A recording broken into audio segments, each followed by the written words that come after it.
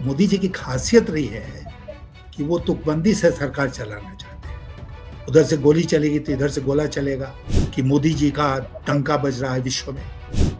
लेकिन इस मुद्दे पर एक भी दूसरा देश हमारे साथ खड़ा नजर नहीं आया। दूसरी बात की ये जो जंग हुई पाकिस्तान के साथ, इसमें टर्की, तुर्की, अजरबैजान, इस तरह के देश पाकिस्तान के साथ साफ खड़े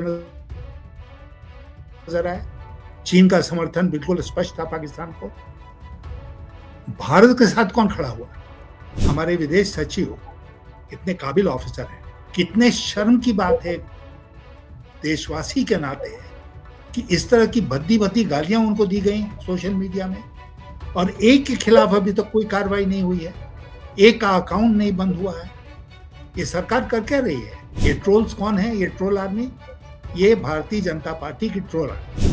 जिस तरह मोदी जी एक्टिव रहे हैं फॉरेन पॉलिसी में, जिस तरह उन्होंने विदेश मंत्रालय की भूमिका को गौण कर दिया अपने 10-11 साल में, उसके बाद यही नतीजा निकला कि हम अकेले अलग थलग पड़े हुए हैं अंतर्राष्ट्रीय स्तर पर। ये मैं मानता हूं कि बहुत ही गंभीर मसला है जिस पर देश को चिंतन करना चाहिए। नमस्कार, मैं हूं संजीव श्रीवास्तव। आप देख रहे हैं 4 PM न्यूज नेटवर्क। मित्रों, एक बड़ी मशहूर कहावत है, मुहावरा है कि चौबे जी चले थे छब्बे बनने और दुबे जी बनकर लौटे। मैं किस संदर्भ में ये बात कर रहा हूं, मेरा मंतव्य क्या है, इसे आप समझ रहे होंगे, जान रहे होंगे, ठीक पहचान रहे हैं। मैं बात भारत और पाकिस्तान के बीच संघर्ष विराम को लेकर जो हालात देश के बने हैं या जिस तरीके के सवाल हो रहे हैं, उसी संदर्भ में कर रहा हूं।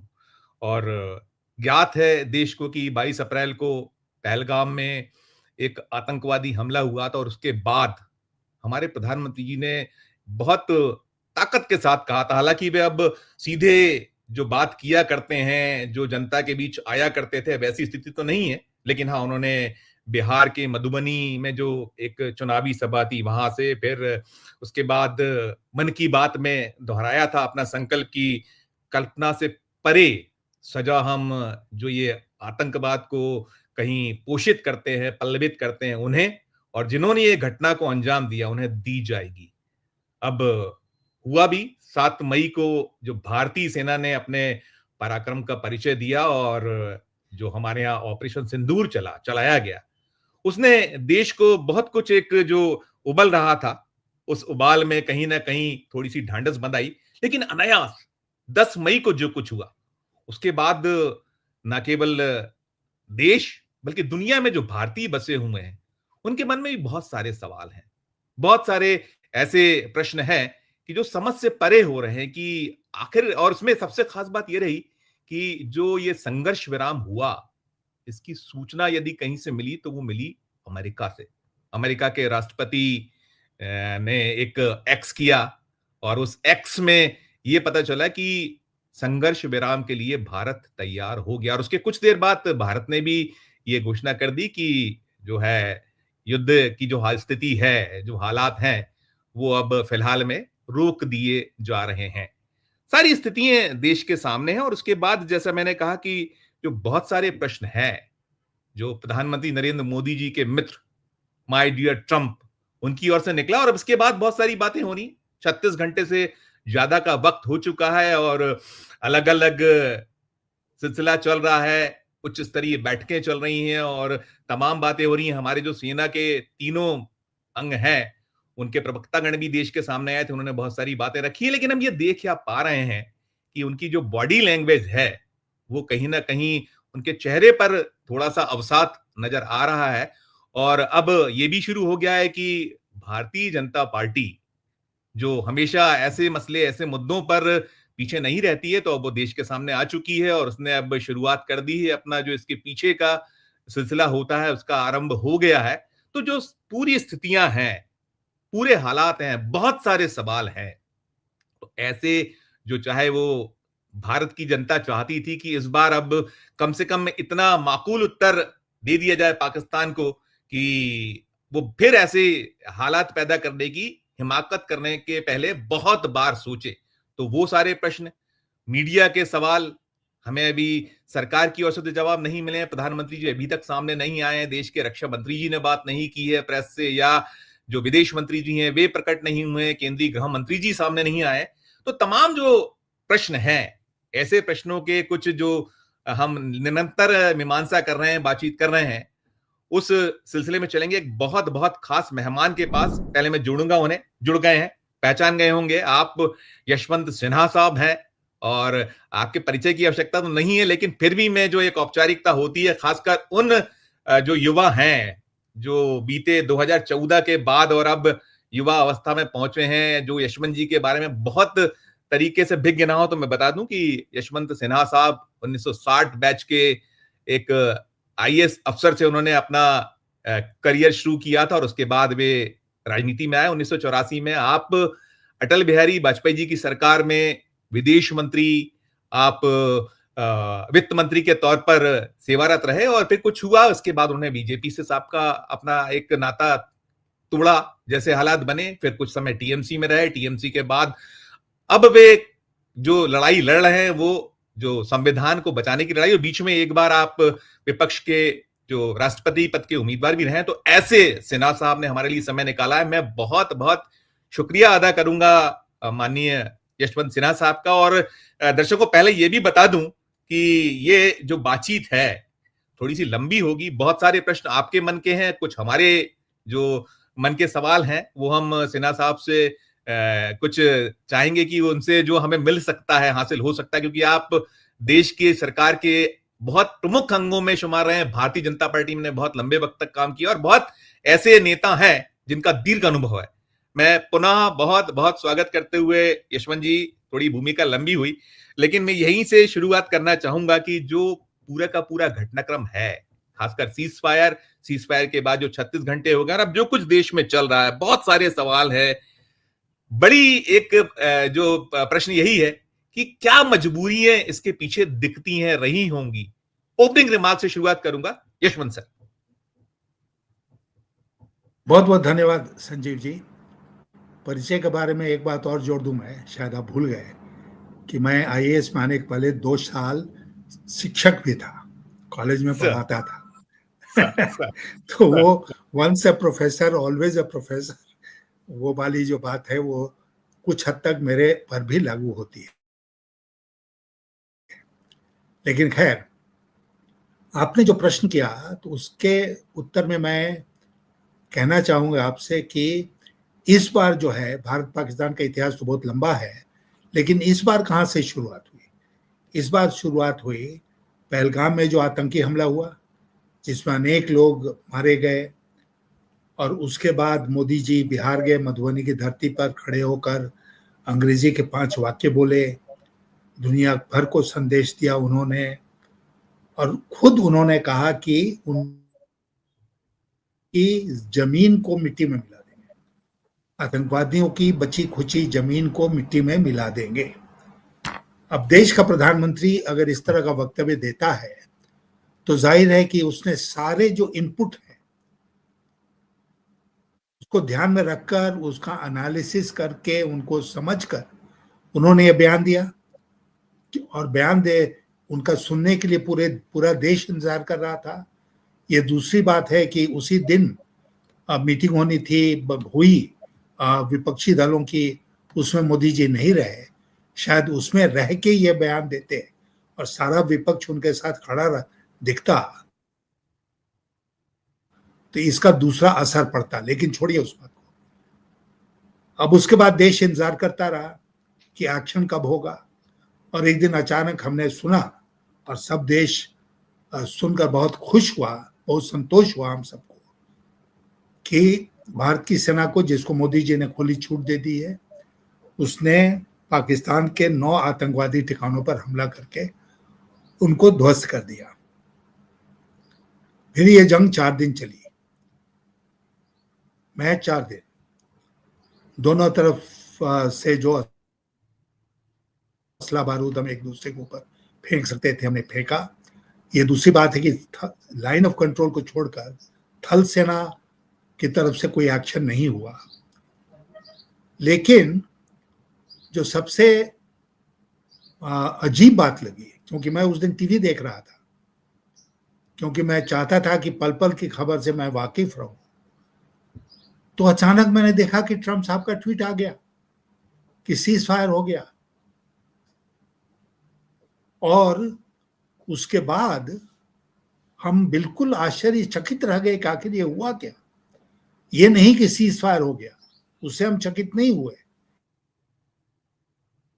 इस बात से चकित हुए कि ये घोषणा अमेरिका के राष्ट्रपति ट्रम्प साहब ने किया, डोनाल्ड ट्रम्प ने किया, जिसको अहमदाबाद में आपको याद होगा मोदी जी ने कहा था कि I now introduce to you my friend the president of the United States of America Donald Trump. ये कहा था ना, नाम का भी प्रोनाउंसिएशन गलत किया। उसके बाद हाउडी मोदी में कैसे वो साथ साथ घूमे, मतलब ट्रम्प उनके बडी हैं, उनके नजदीकी मित्रों में है, ये सारी दुनिया के सामने साबित हो गया। और उस ट्रम्प ने एन मौके पर धोखा दे दिया, और मोदी जी को जो ट्वीट करना था वो ट्रम्प ने ट्वीट कर दिया। और उस ट्वीट के साथ बात नहीं रुकी, बात यहां तक हुई कि उनके जो ट्रम्प के जो दूसरे कैबिनेट कॉलीग्स हैं, उन लोगों ने यहां तक कहा कि अब एक न्यूट्रल स्थान पर भारत और पाकिस्तान के बीच में बातचीत होगी और हम कश्मीर के मसले को सुलझाएंगे। और ट्रम्प ने फिर ट्वीट करके कहा कि 1500 साल से यह मसला चल रहा है भारत और पाकिस्तान के बीच में, इतिहास का इतना ज्ञान उनको है, 1500 साल से चल रहा है और हम इस मसले को सॉल्व करेंगे। अब कल को अगर अमेरिका कहता है, ट्रम्प कहते हैं कि मोदी जी पेश हो, नवाज वो शहबाज शरीफ पेश हो और हम तुमसे कश्मीर के मसले पर बात करना चाहते हैं, तो भारत क्या करेगा? भारत की तरफ से एक कमजोर सा बयान आ जाया है कि नहीं, हम जो पूर्व की लाइन है जिस पर देश चला है 1972 से, उसी पर कायम है, और तीसरे पार्टी का इसमें हस्तक्षेप हमें स्वीकार्य नहीं है। अब देखिए आगे क्या होता है, क्योंकि हम एक ऐसे युग में जी रहे हैं जिसमें कुछ भी प्रिडिक्ट करना, भविष्यवाणी करना बड़ा मुश्किल है। तो अचानक जो मुद्दा था, दो तीन चीजें इसमें बहुत महत्वपूर्ण है। नंबर एक, भारत और पाकिस्तान का हाइफेनेशन हो गया। मैं आपसे कहना चाहता हूं, मैं 6 वर्षों तक अटल जी की सरकार में कैबिनेट कमेटी ऑन सिक्योरिटी का मेंबर था, और लगातार हमारा प्रयास यही था कि भारत और पाकिस्तान का हाइफेनेशन नहीं होना चाहिए, भारत और पाकिस्तान को दुनिया के देश एक करके नहीं देखें। और मुझे याद है कि मैंने एक दफा सीआईआई का फंक्शन था या कोई इस तरह का फंक्शन था, जिसमें खड़े होकर मैंने अपने पब्लिक भाषण में कहा कि I feel diminished if India is compare to Pakistan. As an Indian I feel diminished. कहां इंडिया, कहां पाकिस्तान? लेकिन आज हम दोनों हाइफेनेट हो गए, फिर एक बार जुड़ गए। दूसरी बात, तीसरे देश का हस्तक्षेप हो गया, जो 1972 के शिमला समझौते के बाद जिस पर एक तरह से बैन लगा हुआ था। तीसरी बात कि जंग हुई और जंग के सीजफायर का ऐलान ट्रम्प के द्वारा किया गया, उसके बाद पाकिस्तान के द्वारा किया गया, और उसके बाद तब थर्ड में इंडिया के द्वारा किया गया। ये हुआ। और आप देखिए हमारे विदेश सचिव इतने काबिल ऑफिसर हैं, तभी तो यहां पहुंचे विदेश सचिव के पद पर, और वो अपने सरकारी जिम्मेदारी का निर्वहन कर रहे थे। जब वो आए मीडिया के सामने, उन्होंने घोषणा की कि सीज फायर हो गया, और उसके बाद ट्रोल्स ने कितना ट्रोल किया है उनके और उनके परिवार को। कितने शर्म की बात है देशवासी के नाते कि इस तरह की भद्दी भद्दी गालियां उनको दी गई सोशल मीडिया में, और एक के खिलाफ अभी तक कोई कार्रवाई नहीं हुई है, एक का अकाउंट नहीं बंद हुआ है। ये सरकार कर क्या रही है? सेम हिमांशी नरवाल, सेम हिमांशी नरवाल के साथ हुआ, जब उन्होंने मशविरा दिया था उनके साथ भी ऐसे ही हुआ था। बिल्कुल हुआ, बिल्कुल हुआ। तो आप देखिए कि किसी पर भी कोई कार्रवाई नहीं होगी, क्योंकि ये कौन कर रहा है? ये ट्रोल्स कौन है? ये ट्रोल आर्मी, ये भारतीय जनता पार्टी की ट्रोल आर्मी। और जो भारतीय जनता पार्टी खुद नहीं कर सकती है वो ट्रोल्स के द्वारा कराती है। मैं तो आपके माध्यम से पुरजोर डिमांड करता हूं कि जिन लोगों ने ट्रोल किया उस बेचारी विधवा को, जिन लोगों ने ट्रोल किया विदेश सचिव को, उनके सोशल अकाउंट तुरंत बंद होने चाहिए और उनके खिलाफ एफआईआर होना चाहिए, उनके खिलाफ मुकदमा चलना चाहिए। तभी ये लोग समझ पाएंगे। अगर ऐसा नहीं होता है तो हम इस निष्कर्ष पर पहुंचने के लिए मजबूर होंगे कि इसके पीछे भारतीय जनता पार्टी और सरकार का हाथ है। सर, इसमें जब शुरुआती सूचनाएं जब आई कि सीज फायर, तो बहुत सारे निहितार्थ खोजे जा रहे हैं। कुछ ये भी निकला, अलग अलग जो हम चाहे अंतर्राष्ट्रीय जो मीडिया है उसमें कई खबरें आ रही हैं, कुछ अलग अलग सूचना है कि पीछे कोई बहुत बड़ी सूचना अमेरिका के हाथों लगी थी और कहीं वो इस तरीके से कि लाखों लोग मारे जाएंगे। इसे कैसे देखा जाए? इसके पीछे क्या आप सोच रखते हैं? एज ए पूर्व विदेश मंत्री के नाते आपका क्या इसको लेकर थॉट है? देखिए, अब ट्रंप का जो बयान था कि मिलियंस विल बी किल्ड, लाखों लोग मारे जाएंगे, तो लाखों लोग किस परिस्थिति में मारे जाते हैं? लाखों लोग बुलेट से नहीं मारे जाएंगे, लाखों लोग एक ही परिस्थिति में मारेंगे कि पाकिस्तान हमारे ऊपर न्यूक्लियर बम गिरा देता, तभी लाखों लोग मरते हैं। तो क्या स्थिति ये आ गई थी कि पाकिस्तान हमारे ऊपर न्यूक्लियर अटैक करने वाला था? अमेरिका और ट्रंप के मुताबिक हाँ, उसका जवाब है हाँ। नहीं तो ट्रंप ने यह स्टेटमेंट नहीं दिया होता कि मिलियंस विल बी किल्ड। तो ये स्थिति आई, इसके बारे में हमारी सरकार को, देश की जनता को देखना चाहिए, तो विश्वास में लेना चाहिए। इसको लेकर कई ऐसे मुद्दे हैं जिसके बारे में सरकार को हमें विश्वास में लेना चाहिए। भारत के विपक्षी दलों को, भारत के संसद को, भारत के नागरिकों को विश्वास में लेना चाहिए। ये एक ऐसा मौका था जब श्रीमान मोदी जी को देश के सामने आना चाहिए था और देश की जनता को संबोधित करना चाहिए था। ये एक ऐसा मौका था जब स्पेशल पार्लियामेंट का सेशन बुलाना चाहिए था और वहां पर सब बातों का खुलासा करना चाहिए था। लेकिन मोदी जी ऐसा करते नहीं हैं, मन की बात ही करते हैं, केवल जन की बात तो करते नहीं हैं। तो बहुत सारे अनुत्तरित प्रश्न आज हैं और जब तक इनका खुलासा नहीं होगा, सबसे खतरनाक है कि क्या हम बिल्कुल न्यूक्लियर वॉर के कगार पर आ गए थे।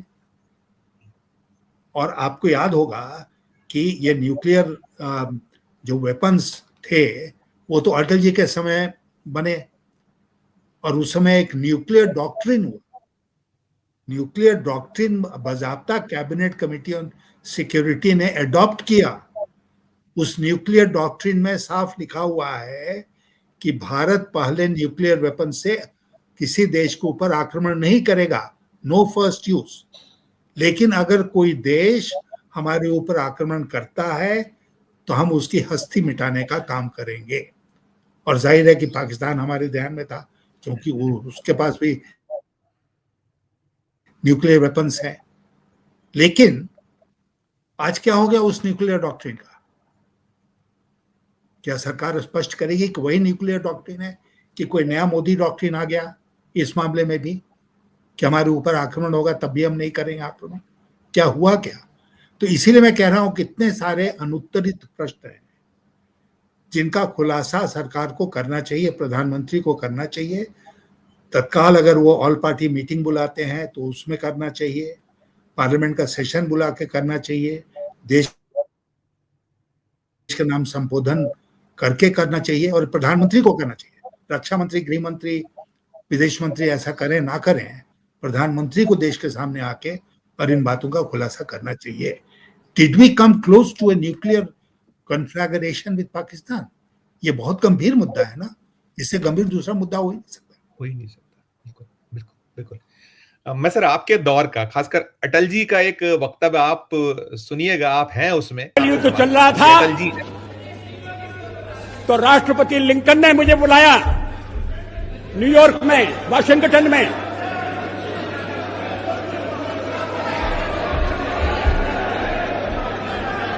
राष्ट्रपति क्लिंटन ने और उन्होंने कहा कि यहां पाकिस्तान के प्रधानमंत्री आ गए हैं, आप भी आ जाइए, दोनों मिलकर बैठिए, हम सवालों को तय करेंगे। हमने कहा जब तक पाकिस्तान के कब्जे में भारत की 1 इंच भूमि है तब तक मैं बात नहीं करूंगा।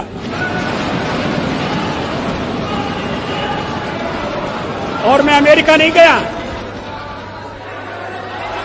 अमेरिका के दबाव में नहीं आया। सवाल सर वही है जो हम लोग, मैंने अपने ओपनिंग रिमार्क में भी कहा कि ऐसी मजबूरी, आपने उसमें कहा कि कुछ न्यूक्लियर जो उसकी उपयोग की बात आप कर रहे हैं, तो ये तो है ही। इसके साथ साथ जो आईएमएफ में हमारा रोल था, आप देखिए इन सब के बीच चलते जो हमारा संघर्ष चल रहा था भारत और पाकिस्तान के बीच, इस बीच में उनको एक बड़ी जो कर्ज का एक हिस्सा मंजूर हो गया, 20,000 करोड़ रुपए मंजूर किए गए उस पे। तो वो जो वहां पर ये निकल कर आया कि हम केवल शायद वॉकआउट करके बाहर आ गए। क्या और कुछ भी इसमें हो सकता था? एज ए आप पूर्व वित्त मंत्री भी हैं, विदेश नीति आप बेहतर तरीके से आप विदेश मंत्री के नाते जानते हैं, तो कूटनीतिक और अर्थ नीति के तौर पर कहीं कुछ कितनी विफलता है, आप कहां क्या देखते हैं? और खासकर इस मसले पर जरूर टिप्पणी कीजिएगा कि जो अंतर्राष्ट्रीय मुद्रा कोष से जो वो लोन हासिल करने में इन सब के बीच में सफल हो, इस पे एक प्रतिक्रिया। अच्छा हुआ आपने ये मुद्दा उठाया कि जब भारत और पाकिस्तान में जंग छिड़ी हुई थी तभी ये मुद्दा आया अंतर्राष्ट्रीय मुद्रा कोष के सामने, और अंतर्राष्ट्रीय मुद्रा कोष में ये पास हो गया। पाकिस्तान को जो राशि मिलनी थी वो मंजूर हो गई, और उसका जो फर्स्ट ट्रांच था, पहली किश्त, वो रिलीज भी कर दी गई। sure. भारत ने एब्सटेन किया। तो अंतर्राष्ट्रीय मुद्रा कोष में खिलाफ वोट देने की परंपरा नहीं है। मैक्सिमम आप जो कर सकते हैं वो ये कि आप एब्सटेन कर जाइए। तो भारत ने एब्सटेन किया, ठीक है। लेकिन इसमें जो नोट करने वाली बात है संजीव जी, वो बात ये है कि हमारे साथ एक भी दूसरा देश एब्सटेन नहीं किया। हम बिल्कुल अकेले पड़ गए अंतर्राष्ट्रीय मुद्रा के कोष में, और उस समय अकेले पड़ गए जब पाकिस्तान के साथ हमारी जंग छिड़ी हुई थी। अब हर भारतीय नागरिक की तरह मैं भी इसमें विश्वास करता था कि मोदी जी का डंका बज रहा है विश्व में। चारों तरफ वो जाते हैं तो दुनिया उनकी बात सुनती है। ये कहा गया बीजेपी के द्वारा कि जब मोदी बोलते हैं तो दुनिया सुनती है। लेकिन इस मुद्दे पर एक भी दूसरा देश हमारे साथ खड़ा नजर नहीं आया।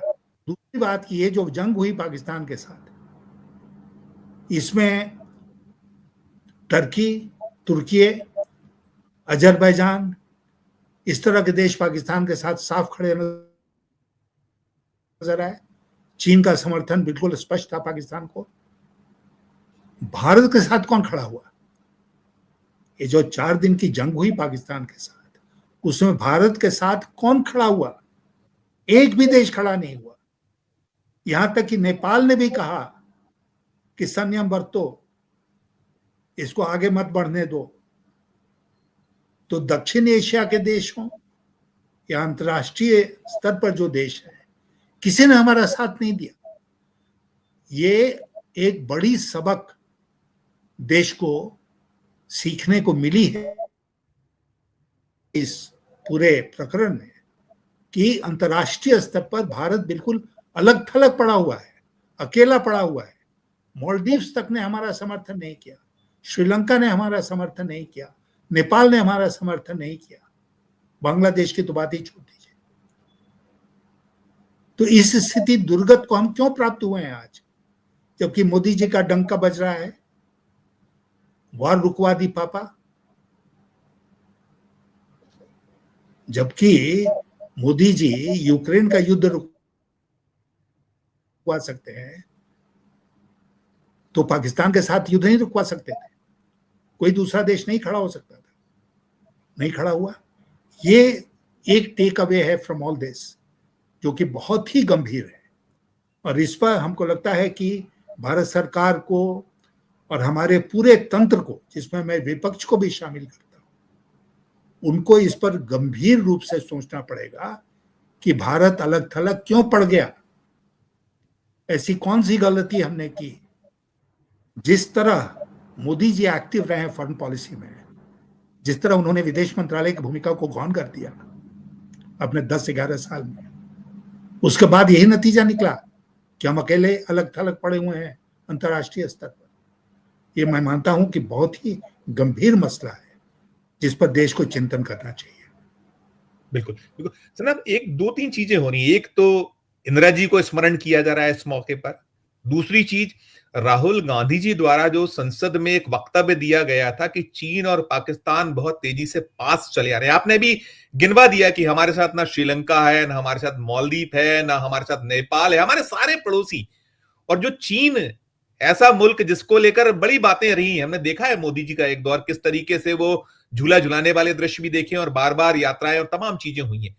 तो वो ये जो ना सबक लेना, एकला चलना, अपने विपक्ष को बिल्कुल इग्नोर करना, क्या वजह आप इसमें देखते पाते हैं कि आप यदि वक्त रहते कुछ नसीहतें या कुछ मशवरों को मानते, बड़ा दिल दिखाते, या आप चलिए उनको आगे ना करके लेकिन अपने स्तर पर करते, तो शायद कुछ आज इतने बुरे हालात ना होते कि बिल्कुल अलग थलग पड़े।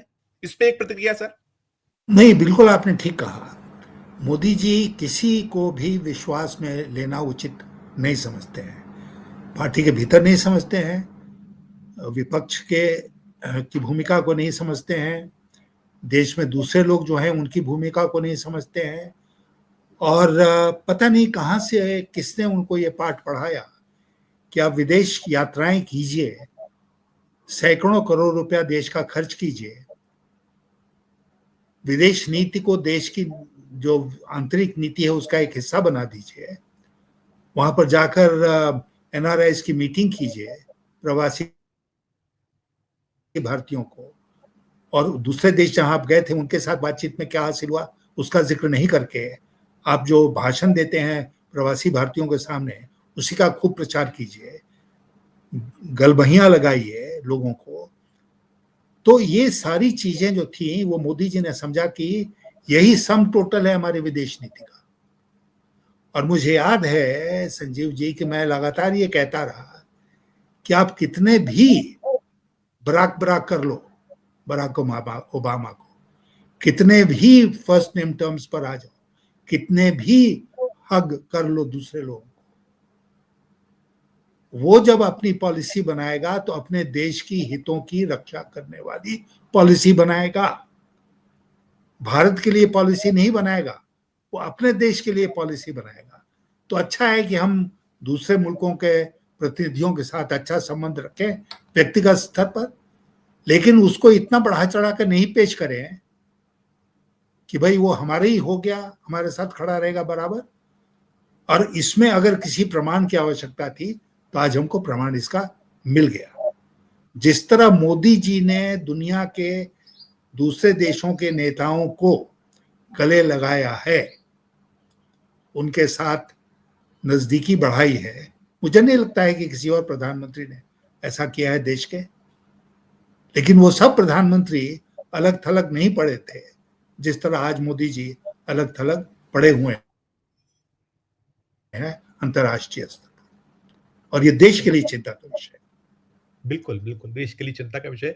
सना साहब, इसमें एक हम देख रहे हैं कि हमारी सेना के हमने पराक्रम को देखा, 4 दिनों में उसने वो करके दिखाया, मतलब जिसको लेकर हम सदा गर्व किया करते थे, करते हैं और करते रहेंगे। लेकिन अब जो हुआ उसके बाद उनके चेहरों पर अवसाद भी नजर आ रहा है। मैंने जैसे शुरू में भी कहा था, पढ़ रहे हैं आप उस अवसाद को? देखिए, मैं सेना को इसमें नहीं घसीटना चाहता हूं। सेना हमारी शुरू से बिल्कुल अपॉलिटिकल, गैर राजनीतिक रही है। उसने देश की राजनीति में कोई इंटरेस्ट नहीं रखा है। हमारी देश की सेना एक बिल्कुल प्रोफेशनल आर्मी रही है, और ये हमारी सबसे बड़ी ताकत रही है। हमारे प्रजातंत्र की अगर कोई बड़ी ताकत रही है तो ये रही है कि हमारी सेना टोटली अपॉलिटिकल रही है। बांग्लादेश में नहीं, पाकिस्तान में नहीं, कहीं पर भी हमारे आसपास पास पड़ोस में सेना की वो भूमिका नहीं रही है तारीफ काबिल जो भारतीय सेना की रही है। तो सेना को हम इस डिस्कशन से बाहर रखें तो अच्छा है।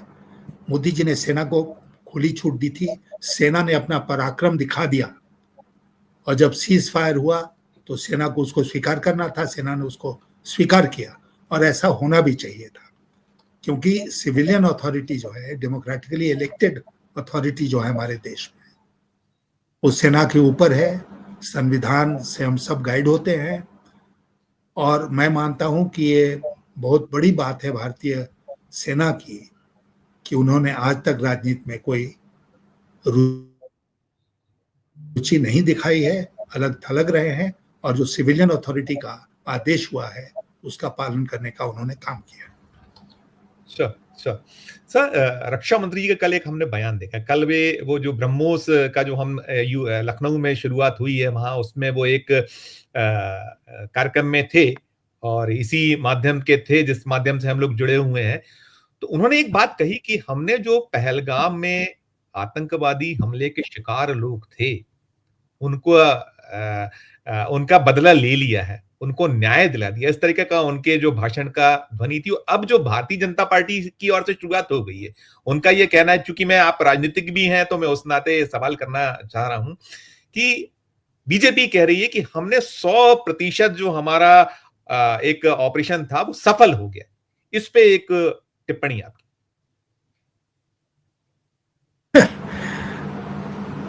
देखिए, हम सेना को अलग रखते हुए इतना ही कहेंगे कि सेना का जो शौर्य है, सेना की जो सफलता है, राजनेता उस सफलता को हथियाने की कोशिश ना करें।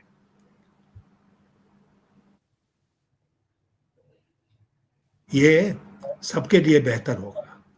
और राजनाथ सिंह ने जो कहा उससे भी ज्यादा आगे बढ़ चढ़कर तो योगी जी ने कहा।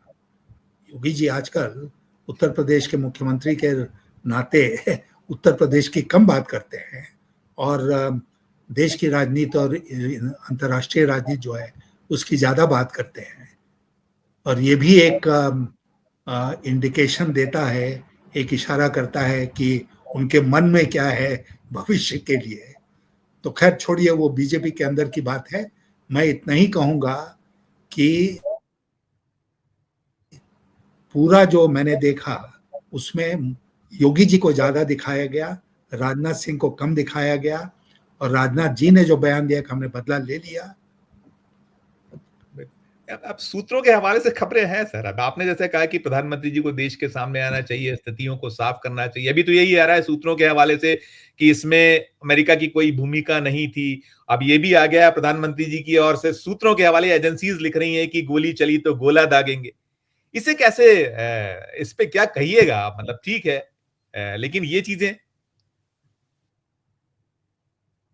देखिए, तुकबंदी से अगर सरकार चलती ही तो कोई भी सरकार चला लेगा जिसको तुकबंदी आती है। मोदी जी की खासियत रही है कि वो तुकबंदी से सरकार चलाना चाहते हैं। उधर से गोली चलेगी तो इधर से गोला चलेगा, ये तुकबंदी ही है ना। फिर ये कहने की क्या जरूरत है? करके दिखाओ ना, करके दिखाओ, जब मौका आएगा तब। पहले से इस तरह का भाषण देना मैं मानता हूं कि रणनीति के दृष्टिकोण से सही नहीं है। अपनी ताकत का अंदाज हमारी सेना ने पाकिस्तान को करा दिया है। तो आप अभी सीजफायर मान चुके हैं तो बात को वहां छोड़ दीजिए। अब आगे आप कहिए कि ऐसे कर देंगे, वैसे कर देंगे, जब मौका आएगा तो करके दिखा देना यार। बिल्कुल बिल्कुल। सर, आपने ये कहा, मैं सेना को इतर रख के बात करूंगा, नहीं उस पर टिप्पणी चाहूंगा आपकी, लेकिन क्या ये लोग जो इनकी फितरत है, खार क्या प्रधानमंत्री जी भी आपने देखा था मधुबनी से उन्होंने ऐलान किया, वो सबने देखा कि चुनाव इसी साल होने वाले हैं, उस मंच से हुआ। तो क्या ये लोग इससे मसले को, इस मुद्दे को आने वाले वक्त में आपको लगता नहीं है कि छोड़ेंगे? जो इनको सूट करेगा उस अकॉर्डिंग ये इसको भुनाने की कोशिश नहीं करेंगे?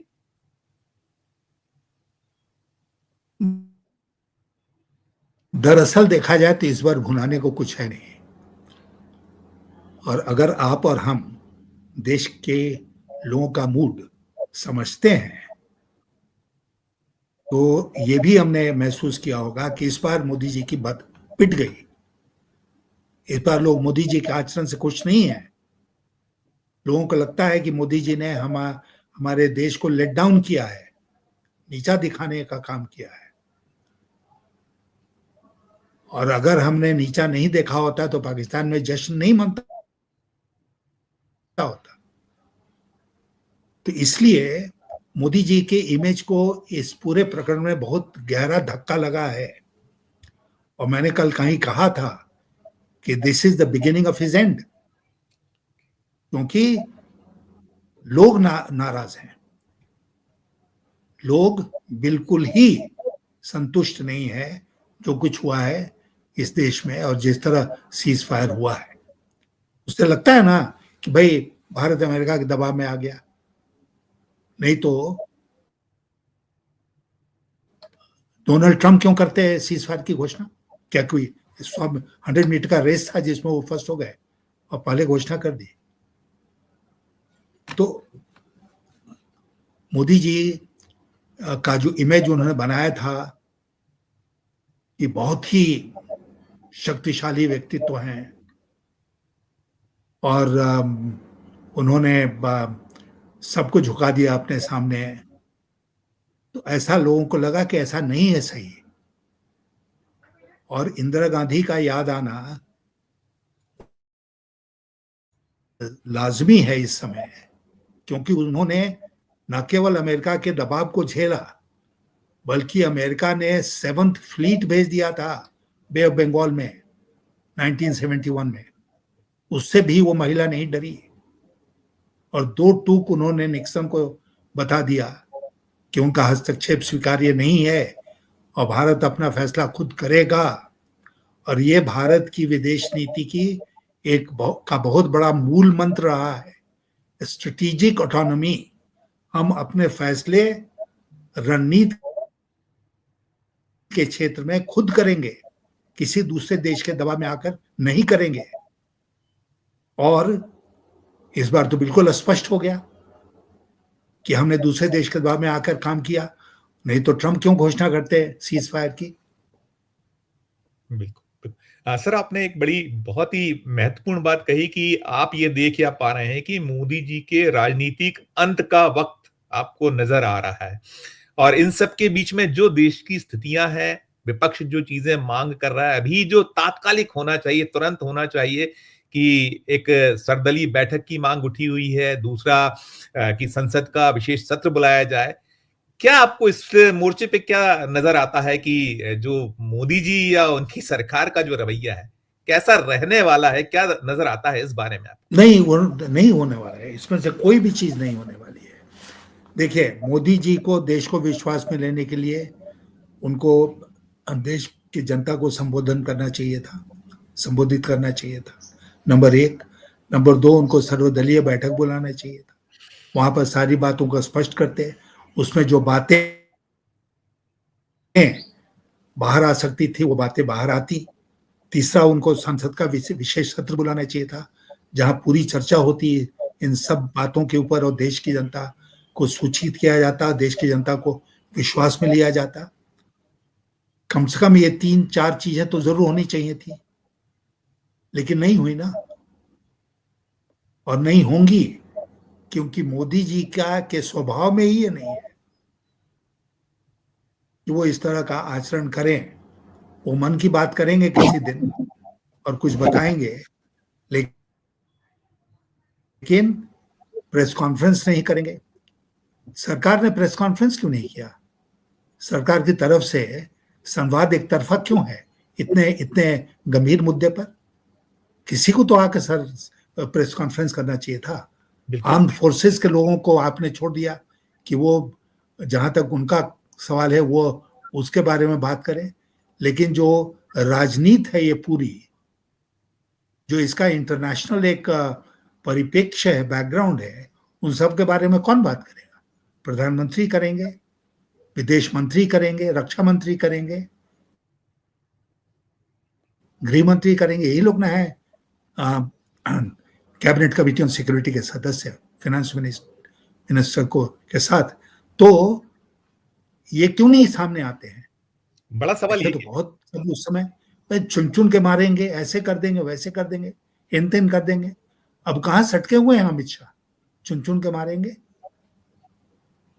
कहां सटक गए? क्यों नहीं इनको मुंह से आवाज निकल रही है? और कहां थे वो जब वो घटना घटी पहलगाम में? 1.5 घंटा लगा घायलों को पिकअप करने में। 2000 टूरिस्ट वहां पर थे, प्रशासन का एक बंदा नहीं था, एक सिपाही नहीं था। इस पर क्या गृह मंत्री को तत्काल इस्तीफा नहीं देना चाहिए? बिल्कुल बिल्कुल सर। अब तो ये भी एक बात हो रही कि एक कैलकुलेटिव था। ठीक है, आप जैसे आपने कहा नहीं आ रहे हैं ना प्रधानमंत्री जी सामने आ रहे हैं, ना उनके जो बाकी सहयोगी हैं काबीना के वो लोग आ रहे हैं, सेना आ गए। अब आज की तारीख में जैसे हम मिस्री साहब की बात की, उन्हें ट्रोल किया जा रहा है, तो कहीं ये भी बात हो रही कि कैलकुलेटिव था सारा कुछ। ऐसा भी एक अब कहीं जो मन में शंकाएं उठती हैं, उत्पन्न होती हैं, वो भी कहीं है कि ये शायद हमारे जो हुक्मरान है जान रहे थे शायद। तो इसके तहत कुछ ऐसा कुछ हम देख सकते हैं, मान सकते हैं, माना जाना ठीक है नहीं है, इस पे एक प्रतिक्रिया सर। नहीं, मैं क्या प्रश्न क्या था आपका? मैंने सर ये प्रश्न था मेरा कि हमने टोटली सेना हमारी आगे थी और बड़ा अच्छा लगा था। वो मिस्री साहब तो थे ही थे, फिर हमारी वो जो कर्नल सोफिया कुरैशी थी या जो व्योमिका सिंह थी जो आ रही थी, हम विंग कमांडर, बड़े एक देश में अलग संदेश जो आ रहा था। लेकिन इन सबके बीच में जिस तरीके से सीज फायर हुआ सारू, आज वो हीरो के तौर पर सामने थे, विलेन के तौर पर उन्हें प्रस्तुत हो गए।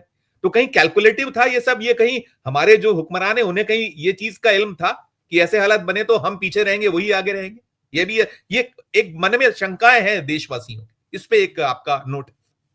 देखिए, अगर उनको आगे किया, बहुत अच्छा किया, क्योंकि बहुत सारी डिटेल की बातें थी जो उनको करना चाहिए था। लेकिन इसका एक पॉलिटिकल एंगल भी है, और उस पॉलिटिकल एंगल को कवर करने के लिए समय समय पर 4 दिन में जो जंग चली उसमें कम से कम 2 दिन, 1 दिन किसी राजनेता को सामने आने, सरकार के किसी मंत्री को सामने आना चाहिए था, प्रधानमंत्री को सामने आना चाहिए था, और राजनीति के दृष्टिकोण से बताना चाहिए था देश को कि क्या हो रहा है। उन्होंने तो मैं आर्म्ड फोर्सेस के दृष्टिकोण से बता दिया, विदेश नीति के दृष्टिकोण से बता दिया, लेकिन राजनीति को कवर करना उनकी जिम्मेदारी नहीं थी। वो जिम्मेदारी कैबिनेट के ऊपर थी, प्रधानमंत्री के ऊपर थी, और उनको सामने आकर और उनके सहयोगियों को सामने आकर, कैबिनेट कमेटी ऑन सिक्योरिटी के लोगों को सामने आकर ब्रीफ करना चाहिए था। ये एक परंपरा रही है, और मैं जानता हूं क्योंकि कैबिनेट कमेटी ऑन सिक्योरिटी की जब मीटिंग होती है तो उसके प्रवक्ता कौन है? उसके प्रवक्ता विदेश मंत्री हैं। विदेश मंत्री को नहीं सामने आए? विदेश मंत्री को सामने आना चाहिए था। तो यह सब ऐसा नहीं हुआ। पॉलिटिकल मैनेजमेंट जो था इस कॉन्फ्लिक्ट का, वो बहुत बुरा रहा। बिल्कुल, मैं 2-3 सवाल में खत्म करूंगा सर, काफी वक्त आपका ले चुका हूं।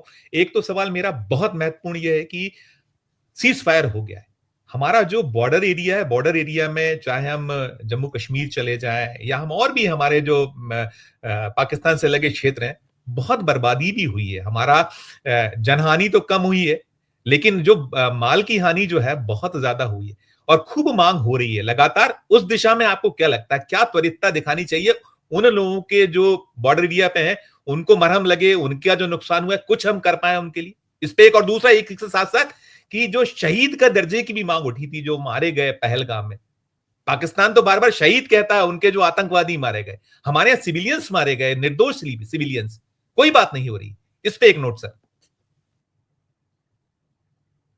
पहले तो जो बॉर्डर पर नुकसान हुआ है, मुझे लगता है कि सरकार को इसकी भरपाई करनी चाहिए, राज्य सरकार और केंद्र सरकार को, दोनों को मिलकर इसकी भरपाई करनी चाहिए। मैं उन बॉर्डर एरियाज में गया हूं, और मैं आपसे कहना चाहूंगा कि वो लोग बहुत दुखी होते हैं इस बात से कि जब गोलाबारी होती है तो उनके ऊपर गोलाबारी होती है, उनका नुकसान होता है।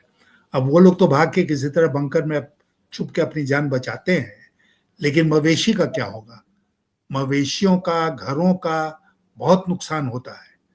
इस नुकसान की भरपाई जितनी भी हुई है इस दरमियान, उसका मुआवजा सरकार को देना चाहिए उन सब नागरिकों का। उनका दोष नहीं है कि वो वहां रहते हैं जहां वो रहते हैं। बल्कि मुझे याद है कि एक महिला ने हम लोगों से कहा कि हमारा क्या दोष है कि हम यहाँ रहते हैं, और तुमको लड़ना है तो बंबई के ऊपर क्यों नहीं जाके गोलाबारी करते हो, हमारे ऊपर ही क्यों होता है? तो इसलिए उनके घाव पर मरहम लगाने की जरूरत है। मैं उम्मीद करता हूं कि जम्मू और कश्मीर की सरकार और भारत सरकार मिलकर ये काम करेगी। नंबर 2, जो आपने कहा कि एक प्रश्न था ना, सेकंड, शहीद का दर्जे की बात उठी थी, मांग उठी थी। शहीद के दर्जे की, जी जी, शहीद के दर्जे की मांग होती है, जायज मांग है। शहीद का दर्जा उनको देना चाहिए, क्योंकि उनका कसूर नहीं था कि वो मारे गए, हमारा कसूर था कि वो मारे गए। और आतंकवादी हमले में इस तरह मरने वाले लोगों को बराबर शहीद का दर्जा देना चाहिए। बिल्कुल बिल्कुल। नहीं, हमने तो ये भी देखा, अभी जम्मू कश्मीर से मांग उठी थी कि आपने ऑपरेशन सिंदूर चला दिया, लेकिन हमारे साथ जो हुआ उसके लिए क्या ऑपरेशन चलाइएगा? वो एक बिटिया थी जिसने अपने पिता को खोया, बड़ी द्रवित करने वाली उसकी एक वो थी। बहरहाल, मैं एक दूसरा सवाल सर ये करूंगा कि मैं आपसे जब मई 2024 में एग्जिट पोल आया था, उसके बाद आपसे मैंने एक इंटरव्यू किया था और आपने बहुत बेबाकी से स्पष्ट तौर पे कह दी थी, कुछ भी हो एग्जिट पोल, मोदी जी सत्ता से बाहर हो रहे हैं, बीजेपी को अपने दम पर नहीं बहुमत मिल रहा है। बड़ा सटीक और सटायर बैठा था। अब जो कुछ संदर्भ हैं, अब अगर हम देखिए, इसके बाद दुनिया तो चलेगी, देश तो चलेगा, सारा कुछ है, और आगे भी कुछ दिनों में जो हमारे देश की फितरत है या जो हमारी एक मस्तिष्क पटल पर बहुत दूर तक देर तक रहता नहीं है, सब चीजें धीरे धीरे सामान्य होने लगेंगी। चुनाव बिहार दिख रहा है सबसे पहले, अगले साल और भी राज्य हैं। तो क्या भविष्य देख रहे हैं? क्योंकि भारतीय जनता पार्टी के भविष्य पर बहुत बड़ा दांव लगा है इस पूरे घटनाक्रम के बाद। इस पे एक प्रतिक्रिया आप दीजिएगा तो बड़ी आपकी कृपा हो। देखिए, जहां तक पिछले लोकसभा के चुनाव का सवाल है, तो सरकार तो उनकी बन गई, आपने बहुमत अकेले के से दम पे नहीं वो मिलेगी, ये कह दिया था आपने, अकेले के दम पे नहीं मिलेगी। एग्जिट पोल आपका था, मुझे याद है, मैंने उसी को हेडलाइन नहीं, तो मैं गलत इस तरह हो गया कि सर। मैं उम्मीद करता था कि वो 303 से 240 पर आए ना, तो मुझे उम्मीद थी कि 220 के आसपास रहेंगे, और इसलिए इनकी सरकार नहीं बनेगी। तो मैं गलत हो गया जहां तक 540-42 में 20 सीटों का सवाल है। सर। इस बार मुझे लगता है कि ये जो पूरा प्रकरण हुआ है, इसमें मोदी जी की छवि को बहुत गहरा धक्का लगा है। आज देश की जनता उनसे नाराज है। अगर विपक्ष ने सही ढंग से अपनी भूमिका निभाई तो बिहार के चुनाव में मोदी जी, एनडीए और नीतीश कुमार की हार होनी चाहिए। ये शुरुआत होगी मोदी जी की हार की। क्यों? मोदी जी की ताकत क्या है? मोदी जी की ताकत एक ही है कि वो सब चुनाव जीत जाते हैं। अब तो उसके बारे में बहुत कुछ होता शुरू हो गया कि ईवीएम्स का क्या भूमिका इसमें है और क्या क्या है।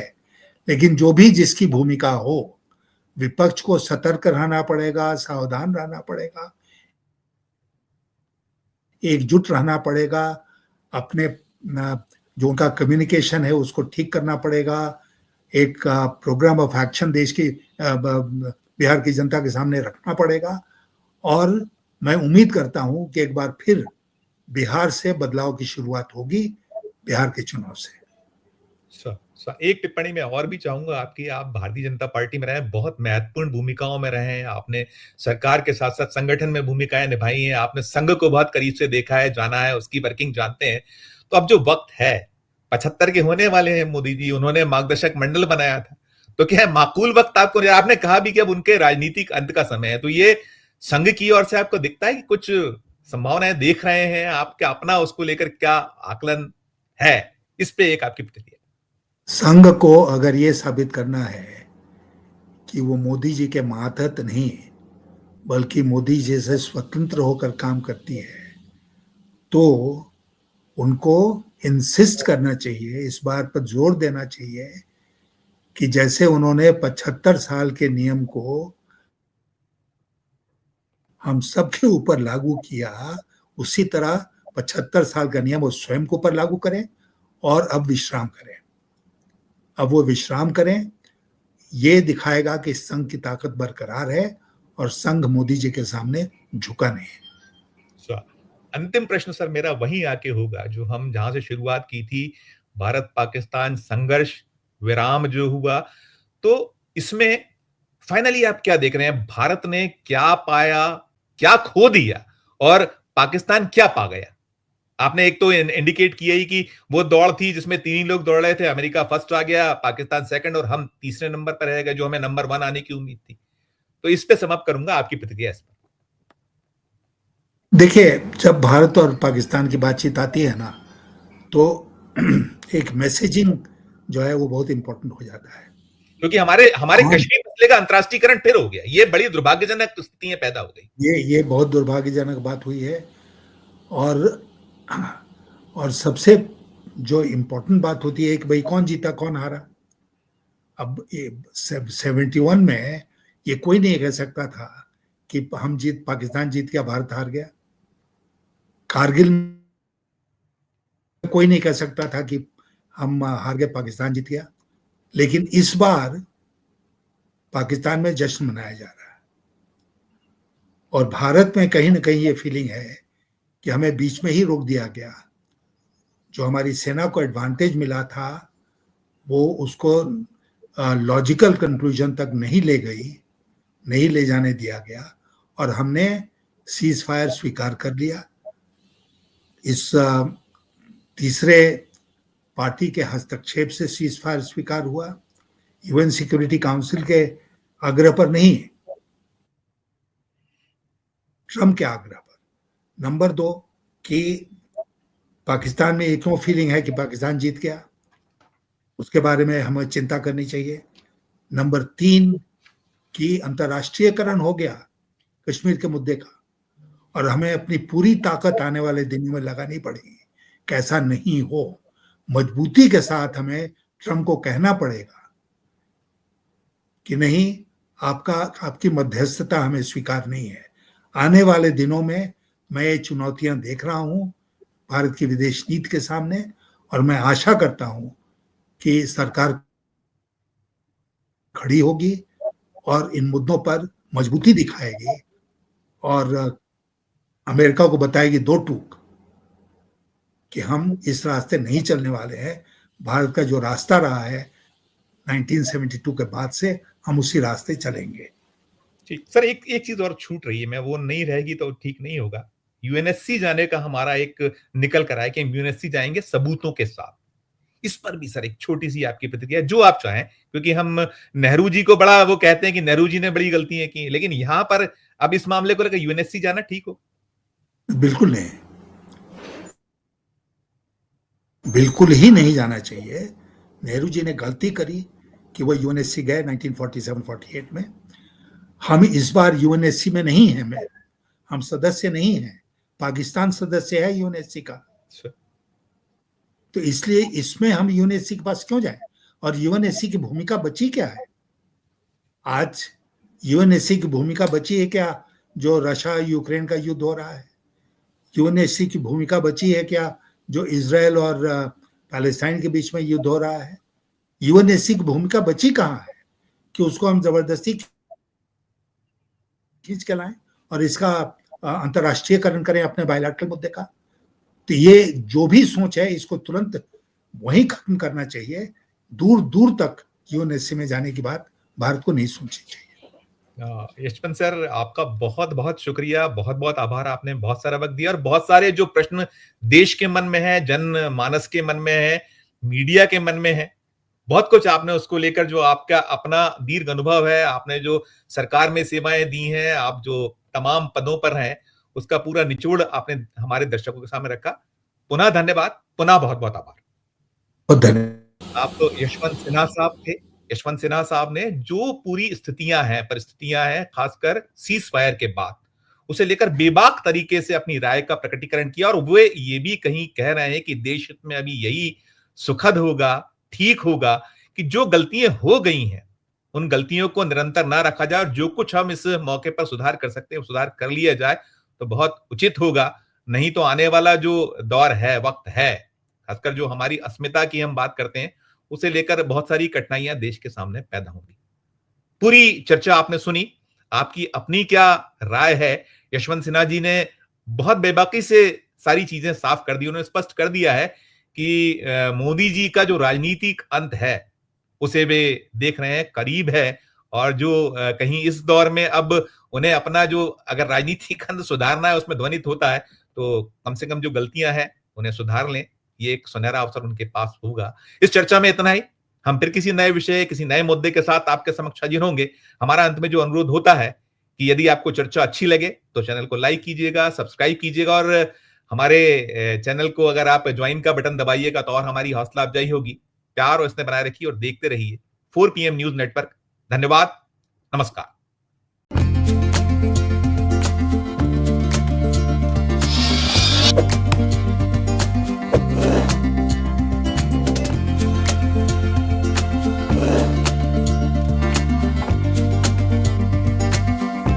Thank you.